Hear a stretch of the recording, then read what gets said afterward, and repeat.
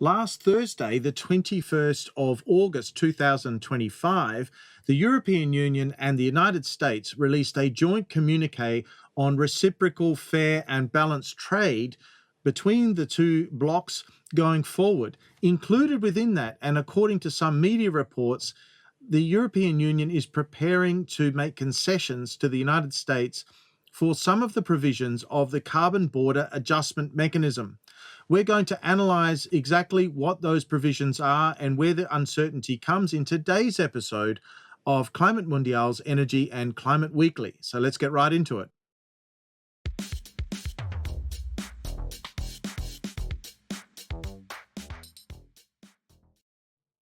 The carbon border adjustment mechanism is essentially a carbon border tax that was introduced by the European Union in 2023 as a reporting phase, and the financial charges will begin to arise next year, 2026. The idea is to protect European producers of 6 products, which are steel, cement, aluminium, fertilizer, electricity, and hydrogen, from the risks of what is known as carbon leakage. So this is the risk that the European Union's entities would be producing emissions of greenhouse gases, paying for those emissions under the European emissions trading system, but competing against entities based in countries that either did not have a carbon price or a carbon price that was less stringent and less penalizing as the one in the European Union. So the idea behind a carbon border adjustment mechanism is to phase out the free allocation of permits to those producers in Europe, and then to apply the charge so that there isn't a distortion, a competitive distortion occurring between European producers and those that are based outside the European Union. Now, in particular, the United States has been quite vocal in its opposition of the application of the CBAM measure by the European Union as it might affect producers based in the United States. The United States, however, is not alone in this opposition, and there are numerous other countries that have expressed concern about that. Some of them, such as China, India, are actually taking measures to address this, and the European Union itself has even introduced some relief measures and excluded certain smaller to medium-sized enterprises, partly in response to this opposition that has been coming from outside the European Union. Separately, and also as covered on this channel, the United States has been very active in applying tariffs to other countries to achieve various investment and trade objectives that they have.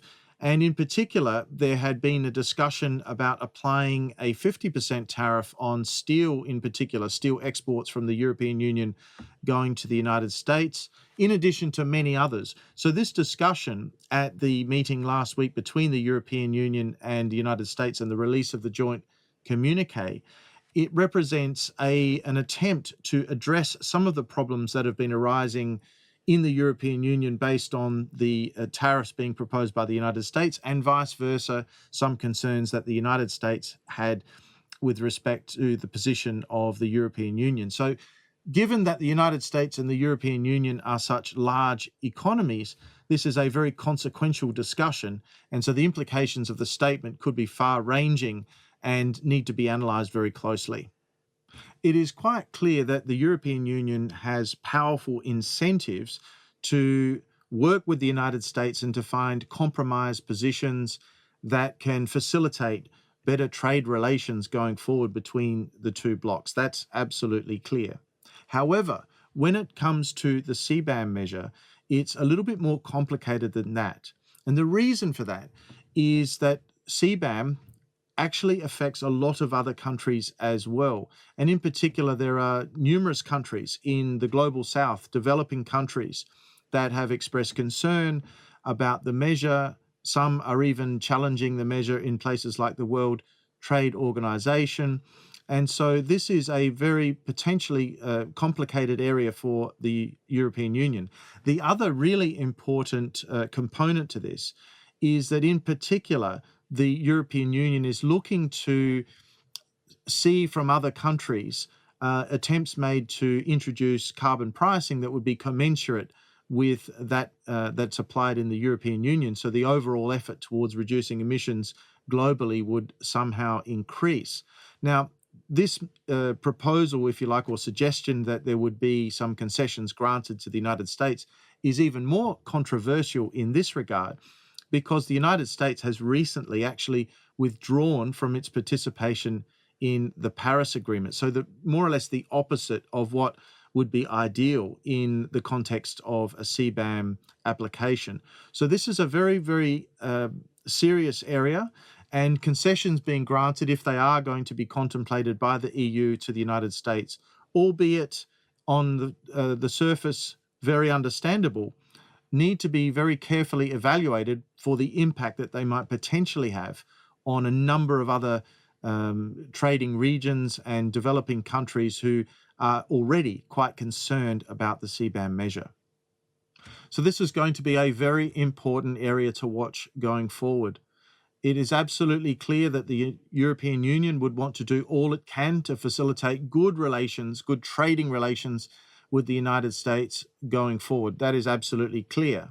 However, at the same time, the CBAM measure is a very important and strategic measure for the European Union, and I think it will be quite difficult to make any concessions to the United States without also needing to do the same with a lot of other countries, in particular developing countries. So the implications here could be quite significant. But what do you think? Is it reasonable for the European Union to make concessions like this to the United States, notwithstanding the reaction that this might draw from other countries? Or do you think there's another way to look at this? Please let me know by making a comment in the section below. If you've liked the video, please don't forget to click like. If you haven't subscribed already, please do so. Share the video with your family, friends, and colleagues. And I'd like to say thank you very much for your attention today, and I look forward to seeing you again soon in the next episode of Climate Mundial's Energy and Climate Weekly. Bye for now.